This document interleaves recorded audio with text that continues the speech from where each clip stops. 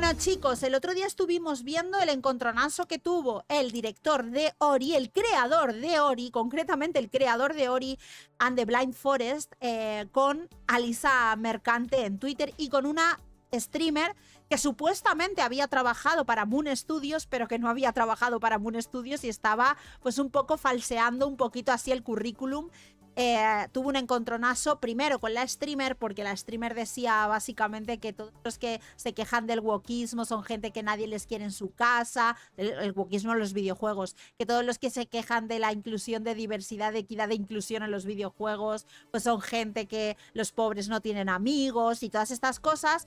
A eso responde el creador de Ori diciendo, yo a ti no te conozco y yo soy el creador de Ori.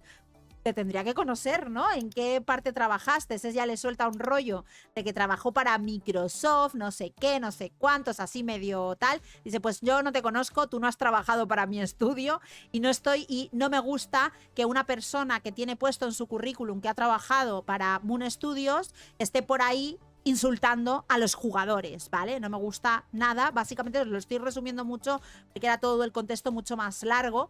Luego se metió a Lisa Melano a decirle básicamente que era un gilipollas, bueno, decirle you are a dickhead.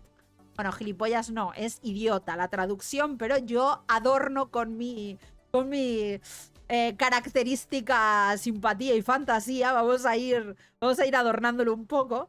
Le dijo idiota, le dijo tú eres un idiota y él le responde a Lisa Melano, que es Alisa Mercante, redactora jefe de Kotaku, ¿vale? Kotaku, esta web en donde hacen artículos tan divertidos como el tamaño de la falda de Ashley de Resident Evil 4 o lo guay que es cogerse a un oso en Baldur's Gate, ¿vale?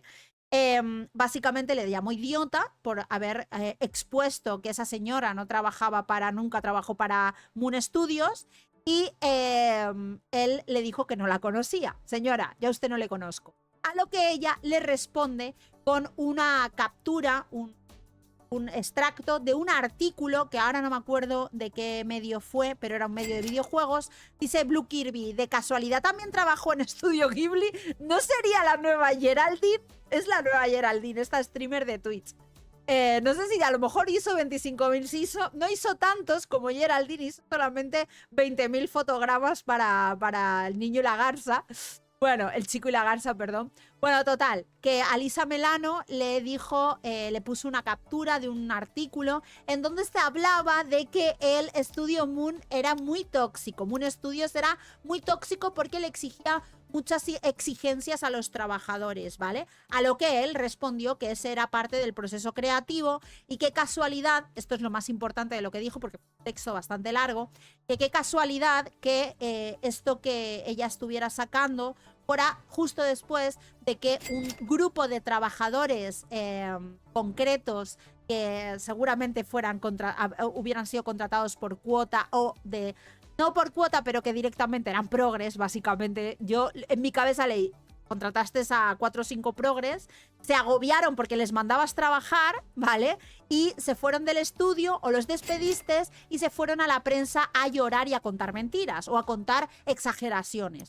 Básicamente él le dejó las cosas claras a Lisa Melano. Esto es un poco todo el resumen de la noticia anterior. A raíz de todo esto, la gente, pues en Twitter, le ha preguntado a este señor que qué opina de las políticas DEI en los videojuegos. Y este señor no solamente no ha dado marcha atrás en absolutamente nada de lo que dijo la otra vez, sino que además se ha reafirmado en sus convicciones, diciendo que el wokismo, que las políticas DEI, mejor dicho, en los videojuegos, le parece que pervierten el arte. Así de claro, ¿vale? Bueno, dice Duku, ¿sería irónico decir que Alisa rizó el rizo? No, no sería irónico. Dice Podo, bueno, para lo que le dijo la tal Alisa, capullo también valdría como traducción y sería también riguroso. Sí, le llamó capullo dickhead, que se puede traducir como idiota, capullo, gilipollas, ¿no? Más o menos. Y dice Kid Loco, como la colombiana con Estudio Ghibli, sí, correcto, como la colombiana, la que Miyazaki la llamaba la colombiana. Pues es un poco lo mismo, pero con Moon Studio, ¿vale? decía que había trabajado, la streamer esta decía que había trabajado en Moon Studio y era un poco mentiritas, ¿vale? Bueno, vamos a ponerme un poco ya a mi tamaño, al tamaño de noticias, así un poco más grande. Venga, le doy. Dale, Leti. El director ejecutivo de Moon Studios y director de la serie, Ori, se niega a imponer elementos de en los juegos y dice que considera todo ese enfoque pervertido. Parece que, dentro de la industria de los videojuegos en general, todavía existen algunos creadores que creen en el concepto de integridad artística, y uno de ellos no es otro que el CEO de Moon Studios, Thomas Mahler. Mahler, quien además de fundar y dirigir dicho estudio también dirigió sus éxitos gemelos Ori and the Blind Forest 2015 y Ori and the Will of the Wisps 2020, dejó clara su dedicación a su oficio en una extensa declaración publicada en su cuenta personal de Twitter el 13 de octubre. A la luz de su reciente denuncia del intento hipócrita de la editora senior de Kotaku, Elise Mercante, de insultar y difamar su carácter, el desarrollador de videojuegos informó que de vez en cuando todavía recibía preguntas sobre si forzamos cosas de en los juegos que estamos haciendo, y como tal, había decidido dejar su postura, y, por lo tanto, la del estudio, sobre el asunto clara de una vez por todas. Y aunque uno podría pasar tiempo tratando de descubrir... La postura de Moon Studios sobre la DEI en los videojuegos. Ojo que todavía hay resquicios de libertad en la industria. O sea, todavía hay espacios en donde se trabaja como se ha trabajado toda la vida, con talentos que son capaces de desarrollar proyectos creativos pues interesantes, ¿no? No basados en, y aparte él lo dice ahora muy claro, pero vamos, no basados en una serie de casillas que se tienen que marcar sí o sí, porque es que si no, la prensa se va a enfadar. La prensa no son tus clientes, ¿sabes? Uno dice, Podo, la prueba de que vamos ganando está en que, si bien la avanzadilla la empezaron los que no tenían tanto que perder, mientras que los que tenían todo que perder debían guardarse las espaldas, ahora los que parecían tener todo que perder ven que ahora tienen todo que ganar enfrentando al wokismo. Ojalá siga así y hayan muchos más estudios que se unan a este para, digamos, por lo menos decir su posición al respecto y por lo menos, pues, oye, todos esos jugadores que vimos que era el 95% de una encuesta de 600, sé que no es una muestra grande, o sea, que no es una muestra significativa que podamos tener en cuenta, pero yo creo que extrapolando a una gran población estaría entre el 60-70% de la gente que rechaza este tipo de iniciativas y este tipo de exigencias en los videojuegos.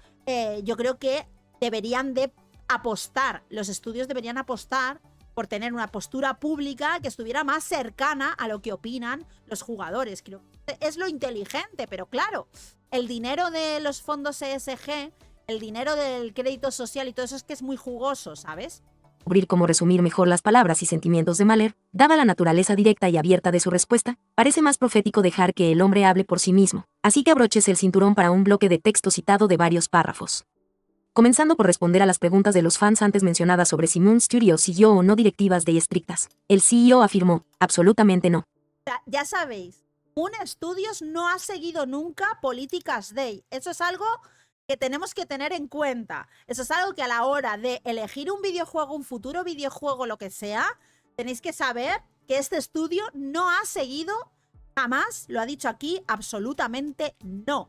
Nunca han tenido estas políticas dentro de su empresa y eso es algo que yo lo veo de agradecer, porque ya sabemos que si en este estudio hay algún tipo de inclusión, va a ser porque han querido ellos que la haya.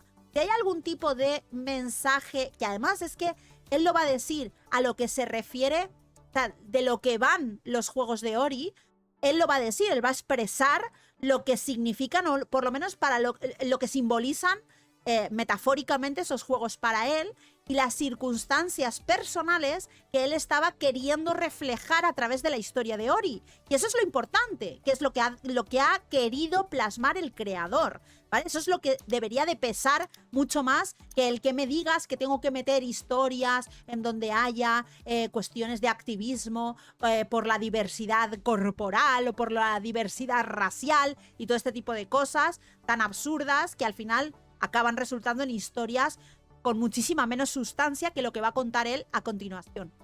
Considero que todo ese enfoque es pervertido. Soy un artista, preferiría renunciar a que alguien más me diga cómo debemos hacer nuestro arte. Eso haría que todo en lo que creo sea una burla. Fíjate, o sea, si a mí me dices que yo tengo que poner un porcentaje de Latinx, un porcentaje de N palabra, un porcentaje de no sé qué, es que todo en lo que creo sería una burla. sería falso, o sea, estaría yendo totalmente en contra de todo lo que creo. O sea, yo todo lo que creo es que quien esté mejor capacitado para hacer el trabajo es el que lo tiene que hacer. No me tienes que decir a quién tengo que meter. Yo meto a las personas que mejor saben hacer su trabajo. Punto. Es que si no, si hago eso que tú me estás pidiendo, iría en contra de mis principios y de lo que yo creo. Yo creo en el arte. Yo creo en que dentro de la creación artística tienes que contar con un equipo de gente que haga su trabajo lo mejor posible. Es que es todo lo opuesto a meter políticas day en una compañía. Es que es increíble. Muy franco sobre cómo me siento con respecto a la consultoría y todavía creo firmemente que si las personas no han vivido el proceso y no... Dice Juan, Vicky usa day para reclutar mods. Exactamente. Tienes toda la razón, Juan. Es así. Es así. Australia es de Australia, por ejemplo. Tengo una australiana, aborigen australiana. Hidalgo del Parche es un pirata, por ejemplo. O sea, ¿ves? O sea, yo voy cogiendo así gente diversa. Perezosa es un oso. A ver. Es que más diversa que yo, ¿no? Puedes... No, perezosa es una osa. Una osa moguer, además. Empoderade. O sea que... Es así. No tienen que pensar en los problemas. Luego tenemos también al rey de España, claramente, a Felipe VI. Capi, que es un hombre blanco privilegiado, pero como es programador, pues ahí ya el privilegio ya se le va. A Capi el privilegio se le corta, ¿sabes? ¿Por qué? Porque es programador y los programadores, pues los pobres, están sufriendo todo el día. Dice Álvaro, un oso, wow, eso no se ve muy a menudo. Problemas en cuestión las 24 horas del día. Los 7 días de la semana, siempre entregarán un trabajo peor que aquellos que sí lo hacen, explicó. Cuando se trata de las historias que estamos contando, siempre las abordo desde un ángulo humano en primer lugar y dejo que la historia me diga hacia dónde debe ir. Lógico. Si me hace gracia tener un personaje gay en nuestra historia y siento que ese personaje podría ser fascinante, entonces lo impulsaré. Exactamente, es así, es si yo quiero, si me gusta, si me hace gracia, si me apetece meter un personaje gay, porque creo que su personalidad amerita que tenga que haya una diversidad sexual dentro de mi juego, lo pondré sin ningún problema, yo no tengo ningún problema.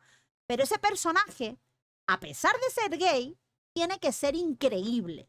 Además de ser gay, tiene que ser un personaje increíble. Eso es lo que te está diciendo. O sea, el desarrollo de ese personaje es increíble, entonces vale, guay, lo pongo si yo no tengo ningún problema. Te está diciendo tranquilamente.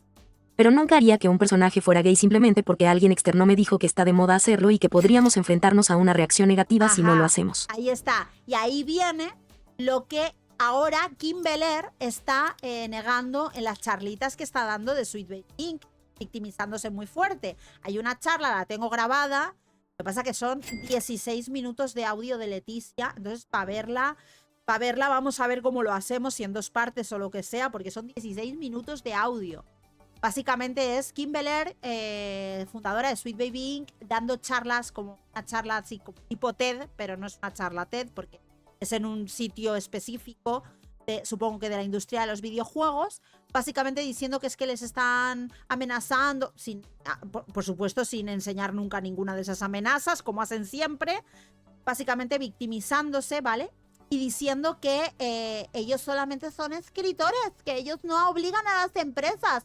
Y también como negando aquella conferencia que dio en donde dijo que había que asustar a tus clientes con la posibilidad de lo que pueda pasar si no contratan su servicio, ¿vale? Eso es mentira. O sea, lo hemos visto todos, hemos visto ese fragmento de vídeo todo el mundo en todos lados, pero eso ahora de repente es mentira porque lo dice Kim Belair en otra conferencia, ¿vale? Dice que eso no es verdad y que eso está sacado de contexto, como siempre. Que qué coño vas a sacar de contexto de, me parece que era un clip de 39 segundos en donde lo explicas absolutamente todo. De todas maneras, si queréis ver el contexto completo, la ponencia siempre ha estado disponible en YouTube, o sea que se puede ver el contexto completo y no hay sacada de contexto ninguna, quiso decir lo que quería decir. Bueno, pues esto ahora lo está negando ella, ¿vale? Entonces yo creo que está haciendo referencia directamente a esas exigencias, ¿no? Tienes que tener un equipo de diversidad, equidad e inclusión o unos asesores, una asesoría en diversidad, equidad e inclusión que te aconseje cómo hacer este juego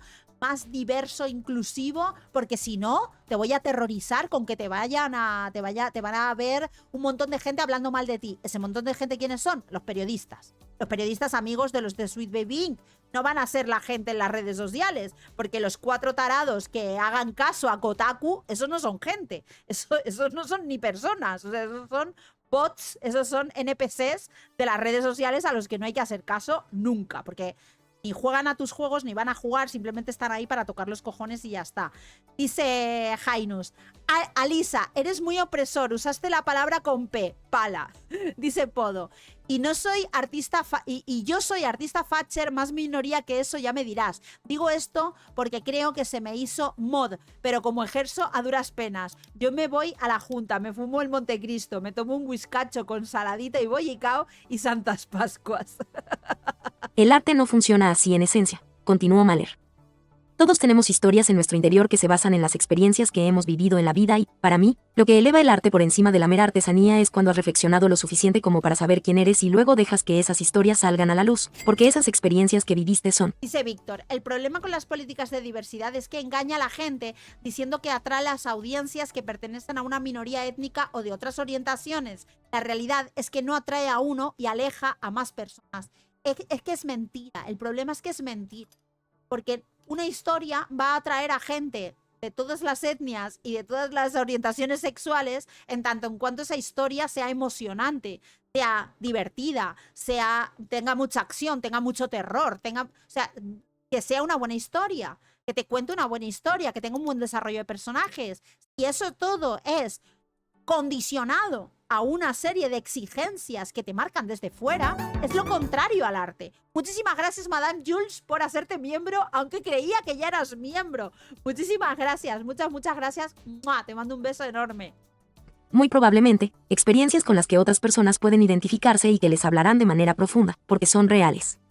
En muchos sentidos. Vosotros mirad qué cosa más bonita de juego. Es que te pone los pelos de punta. Este juego te pone los pelos de punta. Es tan emocionante, es tan bonito este juego. Es que este juego en sí, para mí, esto es una obra de arte. O sea, esto debería de ser considerado arte contemporáneo. Esto. Contemporáneo porque estamos por la época, no por el estilo, sino por la época. Ori es una obra de arte. O sea, ya en sí, él habla como un artista y esto es una obra de arte. O sea, todo lo que ponen en los museos y todo esto, yo creo que si en el futuro la historia del arte es honesta, no mirará a los museos en la época actual, no mirará el arte de los museos, mirará esto, mirará este tipo de cosas, mirará Ori, mirará una película del estudio Ghibli, mirará una película de Pixar. Eso es lo que mirará la historia del arte en el futuro, de lo que se hace en la actualidad, porque eso es lo que es arte en realidad. O sea, el resto, lo que hay ahí en las salas de arte, ¿qué coño es? ¿Eso qué coño es?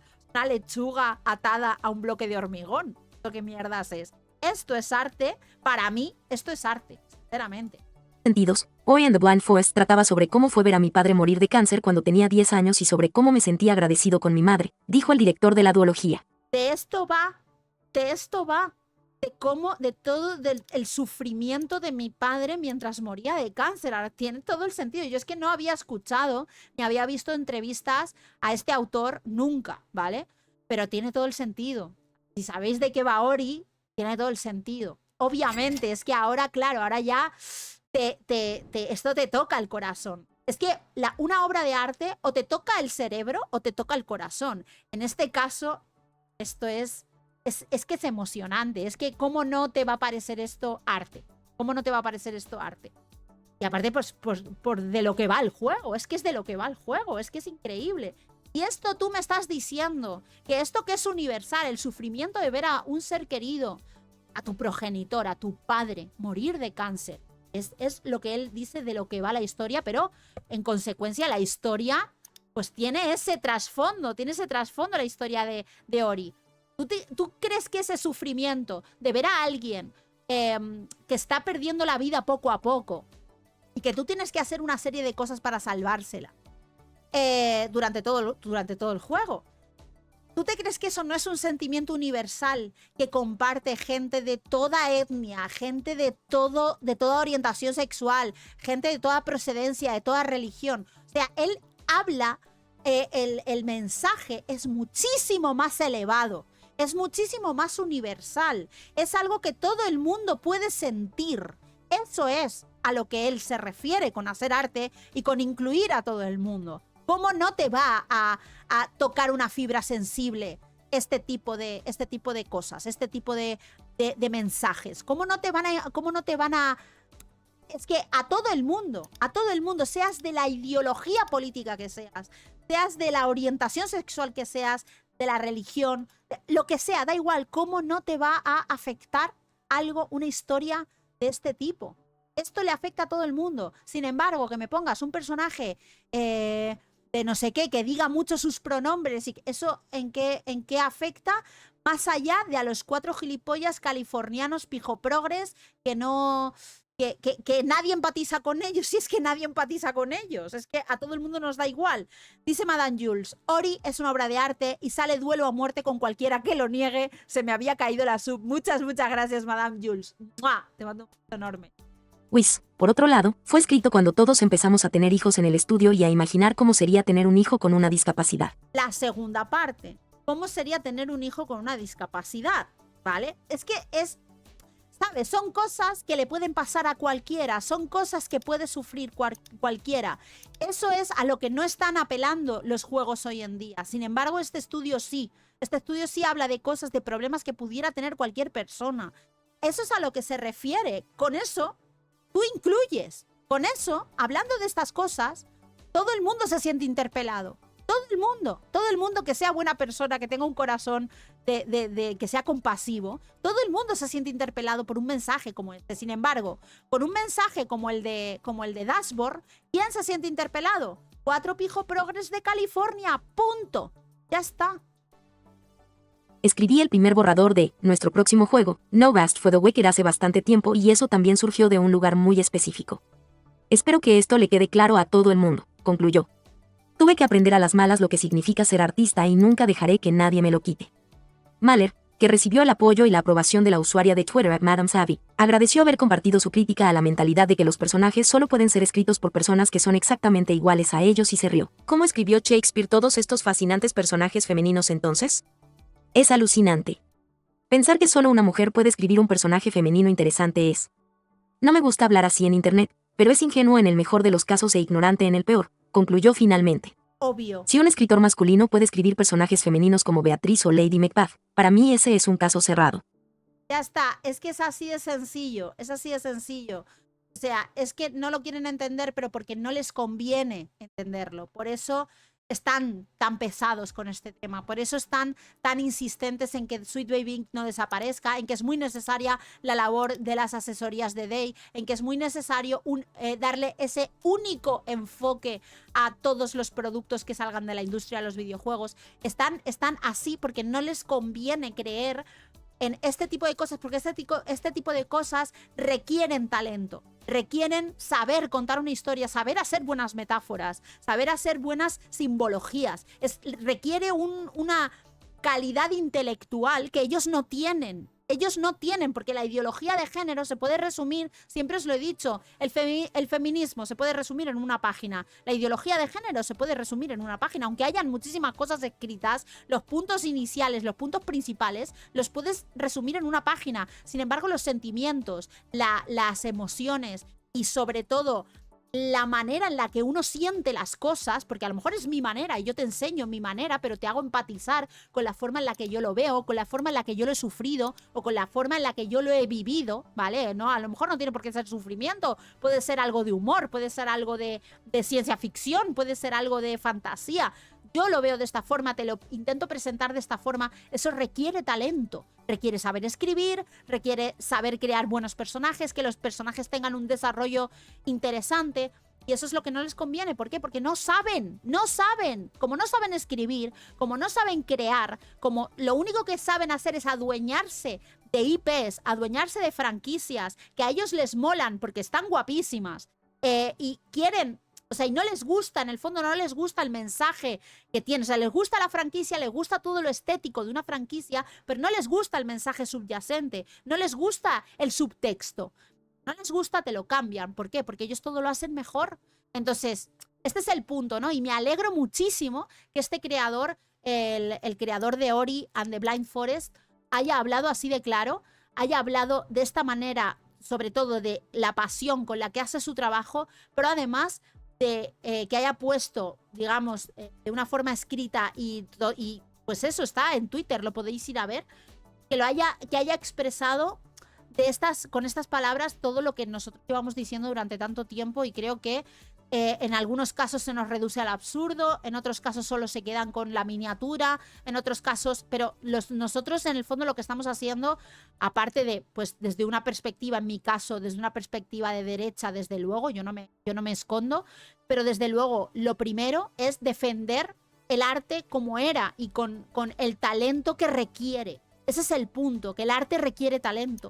Y esta persona lo sabe perfectamente y sabe que todas estas exigencias son distracciones al talento, porque no las tienen. O sea, estas personas no tienen ese talento. Son personas que, bueno, puede haber uno que dibuje súper bien y que sea súper buen dibujante, puede haber otro que sea muy buen programador, pero desde dentro de sus corazones lo que está es anteponer el mensaje al arte. Y eso es lo que no puede ser bajo ningún concepto, y creo que este señor lo ha dejado clarísimo. Así que nada, un aplauso para este hombre, porque de verdad, sorpresa absoluta para mí. Así que nada, chicos, le damos al out.